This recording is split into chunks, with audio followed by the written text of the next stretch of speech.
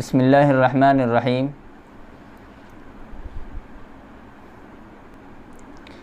اگر ہمیں کسی بات کا پتہ نہیں چلتا کہ یہ ہمارے حق میں بھلا ہے یا برا ہے، مثلاً کوئی شادی کرنا چاہتا ہے اور اسے اس بات کا علم نہیں ہوتا کہ یہ رشتہ اس کے حق میں بھلا ہے یا برا ہے،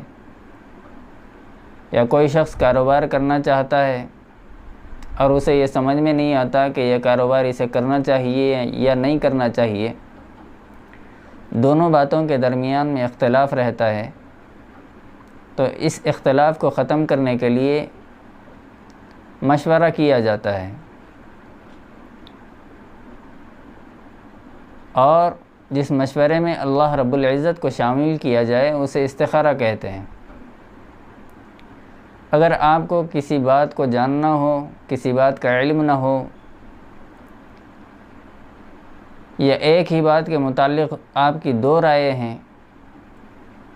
اور آپ چاہتے ہیں کہ کوئی ایک رائے قائم ہو جائے،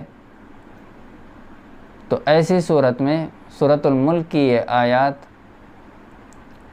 وَأَسِرُّوا قَوْلَكُمْ أَوِ اجْهَرُوا بِهِ إِنَّهُ عَلِيمٌ بِذَاتِ الصُّدُورِ أَلَا يَعْلَمُ مَنْ خَلَقَ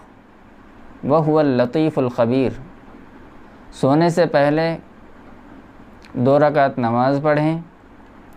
اور 11 مرتبہ ان آیات کو پڑھ کر اللہ رب العزت سے سجدے کی حالت میں دعا کریں اور بغیر کسی سے بات کیے سو جائیں۔ انشاءاللہ خواب کے اندر یہ کام آپ کے حق میں اچھا ہے یا برا ہے، اللہ رب العزت کی طرف سے اس بات کا اشارہ مل جائے گا۔ اللہ عمل کی توفیق دے، آمین۔